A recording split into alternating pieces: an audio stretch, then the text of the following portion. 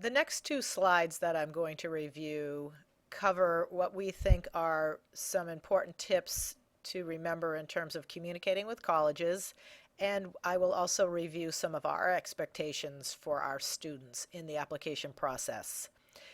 You should pick one email address and stick with it, and it should be an appropriate email address. We suggest using your presentation email address.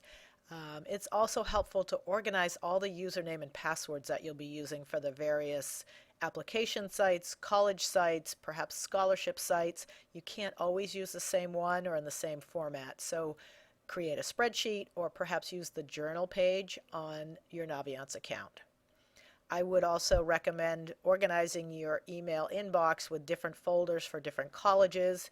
And don't be afraid to delete emails from colleges if you have no interest in them. You don't need that extra material cluttering up your inbox and adding to any stress that you might be feeling from people kind of coming at you with various offers and suggestions and that sort of thing. When you do need to communicate with colleges, especially after any applications have been submitted, it's important to remember to include student ID information. That would be your Common App ID. It could also be a confirmation ID that you would get after you submitted a UC application or a CSU application. Don't use your social security number though, but you may need to include your date of birth, and of course use your full name. When communicating via email, I almost feel like I don't have to say this, but make sure you're writing appropriately and not using text message style, correct spelling, punctuation, just as if you were speaking to an adult. And in terms of social networking sites, you often will hear sort of horror stories in the media about a certain college rescinding admission because they saw a student's Facebook page. The reality is most college admission offices don't have time to go out and start prowling around all their applicant pages. However, if it's brought to their attention or they stumble across it, yeah, it could be cause for a rescission of admission. So there's no need to even chance that. Make sure your Facebook page is something that you wouldn't mind your grandmother seeing. Now, there also are positive ways to use the social networking sites, of course. I am a fan of the Common Apps Facebook page. They give out great tips and information.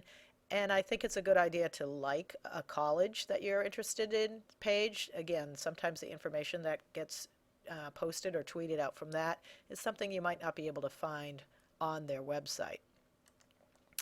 We do have expectations for you as our students, as our seniors, and of course the first one is for you to take responsibility for this process. This is your future, so you need to own this. We are here to support you, of course, and answer any questions, but you need to be the driver.